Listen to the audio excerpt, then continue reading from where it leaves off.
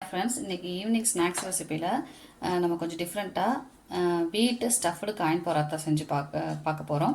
இப்போ இதில் பார்த்தீங்கன்னா நான் ஒரு பெரிய உருளைக்கிழங்க நல்லா பாயில் பண்ணி எடுத்து வச்சுருக்கேன். அடுத்து இதை மிக்ஸ் பண்ணுறதுக்கு கொஞ்சோண்டு, ஏன்னா குழந்தைங்களுக்கு கொடுக்கறதுனால கொஞ்சோண்டு சில்லி பவுட்ரு, கொஞ்சம் கரம் மசாலா, உப்பு, கொத்தமல்லி இவ்வளோ தான் எடுத்துக்க போகிறோம். ஸோ இதை நான் என்ன பண்ண போகிறேன்னா பொட்டேட்டோவை ஃபஸ்ட்டு நல்லா ஸ்மாஷ் பண்ணிவிட்டு இதெல்லாம் போட்டு மிக்ஸ் பண்ண போகிறேன்.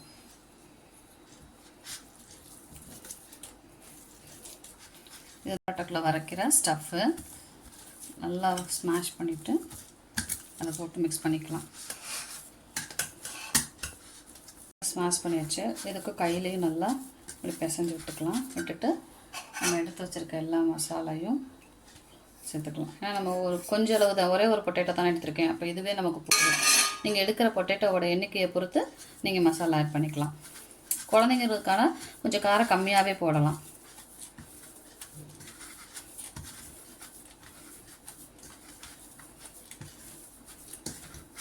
தனியாக எடுத்து வச்சுக்கலாம். அடுத்து நம்ம காயின் பரோட்டாக்கு மோஸ்ட்லி கடையிலெல்லாம் காயின் பரோட்டாங்கிறப்ப மைதாவில் தான் செய்வாங்க. நம்ம இப்போ கோதுமையில் செய்ய போகிறோம். நான் ஒரு 2 கப்பு எண்ணெய் எடுத்துக்கிறேன்னா கோதுமை மாவு எடுத்துக்கிறேன். இப்போ இந்த மாவுக்கு தேவையான உப்பை சேர்த்திக்கலாம். ஏன்னா உருளைக்கிழங்குக்கு அதிலே சேர்த்திட்டோம். இப்போ இந்த மாவுக்கு தேவையான உப்பை மட்டும் இதில் சேர்த்திக்கலாம். மாவுக்கு தேவையான உப்பை போட்டுட்டு அப்படியே கொஞ்சம் கொஞ்சமாக தண்ணி ஊற்றி நம்ம சப்பாத்தி மாவு பதத்துக்கு பிசைஞ்சு வச்சுக்கலாம்.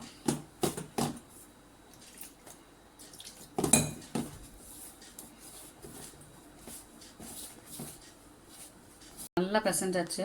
இது பிசைஞ்சு ஒரு 5லேருந்து 10 நிமிஷம் வந்து ஊற வச்சுக்கலாம். சாஃப்டாக கிடைக்கும். இல்லை நீங்கள் உடனே செய்கிற மாதிரி இருந்தால் நல்லா பிசைஞ்சிங்கனாலே போதும். ஒரு 5லேருந்து 10 நிமிஷம் நம்ம ஊற வைக்கிற டயத்துக்கு பிசையணும். பிசைஞ்சோம்னா நல்லா நமக்கு மாவு சாஃப்டாக கிடச்சிரும். அது கிடச்சதுக்கப்புறம் நம்ம என்ன பண்ணிக்கலாம்னா நல்லா சப்பாத்தி அளவுக்கே உருண்டை உருட்டிக்கலாம்.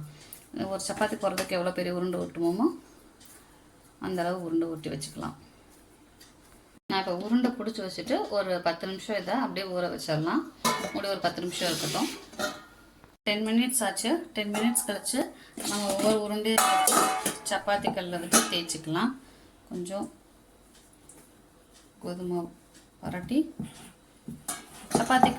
சப்பாத்திக்கு எப்படி பிசைவோமோ அதே மாதிரி தேய்ச்சி எடுத்துக்கலாம். தேய்ச்சாச்சு.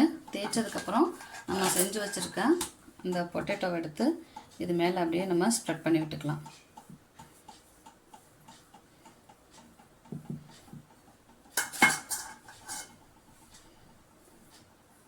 இது நல்லா ஸ்ப்ரெட் பண்ணிவிட்டு நம்ம என்ன பண்ணிக்கலாம்னா இப்படி ரோல் பண்ணிக்கலாம். இந்த மாதிரி ரோல் பண்ணி இது வச்சுட்டு இதை வச்சுக்கலாம். இதை வச்சுட்டு கத்தி எடுத்து சின்ன சின்ன பீஸாக கட் பண்ணிக்கலாம். இதை சின்ன சின்ன பீசஸாக கட் பண்ணிக்கலாம்.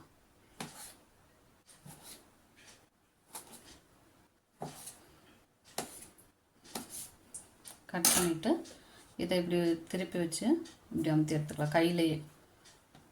கையிலையே இப்படி அமுத்தி பிளேட்டில் எடுத்து வச்சுக்கலாம். நம்ம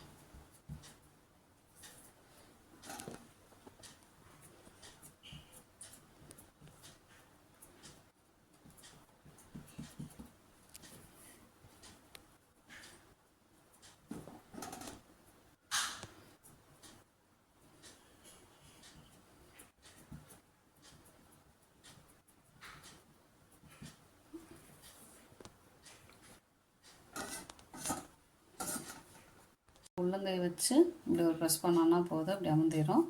அதை அப்படியே எடுத்து வச்சுக்கலாம். ஒவ்வொன்றையும் எடுத்து இப்படி உள்ளங்கை வச்சு ப்ரெஸ் பண்ணி எடுத்து வச்சிட்டோன்னா இன்னும் ஈஸியாக மாறிடும். இந்த மாதிரி எடுத்து வச்சுக்கலாம். இது கார்னர் பீஸுங்கிறதுனால சின்னதாக வருது. அதை இப்படி எடுத்து வச்சுக்கலாம். இப்போ எல்லா உருண்டையும் ஊற்றி நம்ம தேய்ச்சி எடுத்து வச்சுக்கலாம். இந்த மாவெல்லாம் தேய்ச்சி எடுத்து வச்சுருக்கேன். இப்போ அடுப்பை பற்ற வச்சு கடாயை வச்சுக்கலாம். கடாய் வந்து நல்லா காஞ்சதும் எண்ணெய் ஊற்றிக்கலாம். இப்போ நம்ம வந்து டீப் ஃப்ரை பண்ண போகிறதில்ல, கொஞ்சமாக எண்ணெய் ஊற்றி ஷாலோ ஃப்ரை தான் பண்ண போகிறோம். ஸோ அதனால் நான் இந்த மாதிரி அகலமான கடாய் எடுத்து வச்சுட்டு அந்த தண்ணி எல்லாம் இதாகட்டும், வத்தட்டும். நம்ம எண்ணெய் ஊற்றிக்கலாம். எண்ணெய் ஊற்றிட்டு எண்ணெய் காயட்டும். எண்ணெய் காஞ்சதுக்கப்புறம் போட்டுக்கலாம். காஞ்சிருச்சு. இப்போ நம்ம எடுத்து ஒன்றா வச்சிடலாம்.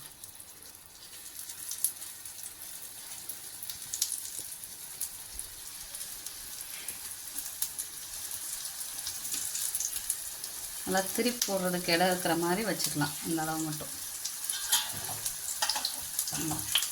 வச்சு வேக விடலாம். ஏன்னா உள்ளே இருக்கிறதெல்லாம் வேக முடியாது. அதுக்காக ஒரு 2 மினிட்ஸ் கழித்து நம்ம இந்த மாதிரி திருப்பி போட்டு எடுத்துக்கலாம். பார்த்திங்கன்னா அடியில் வெந்திருக்கு.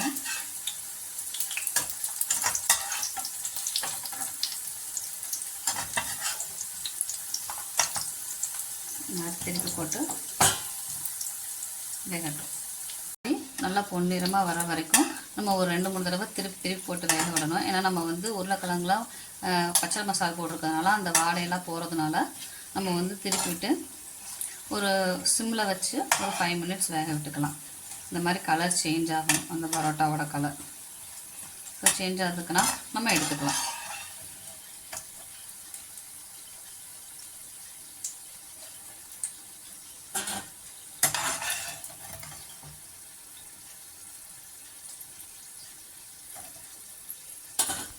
மற்றதையும் போட்டு எடுத்துக்கலாம்.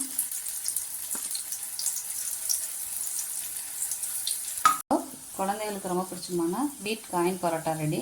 நம்ம இதை ஈவினிங் ஸ்நாக்ஸாக எதை வச்சு கொடுத்துக்கலாம்னா சாஸ் வச்சு கொடுத்துக்கலாம். சும்மா குழந்தைங்களுக்கு அட்ராக்டிவாக இருக்கிறதுனால சாஸ் வச்சு கொடுத்தோம்னா நல்லா விரும்பி சாப்பிடுவாங்க.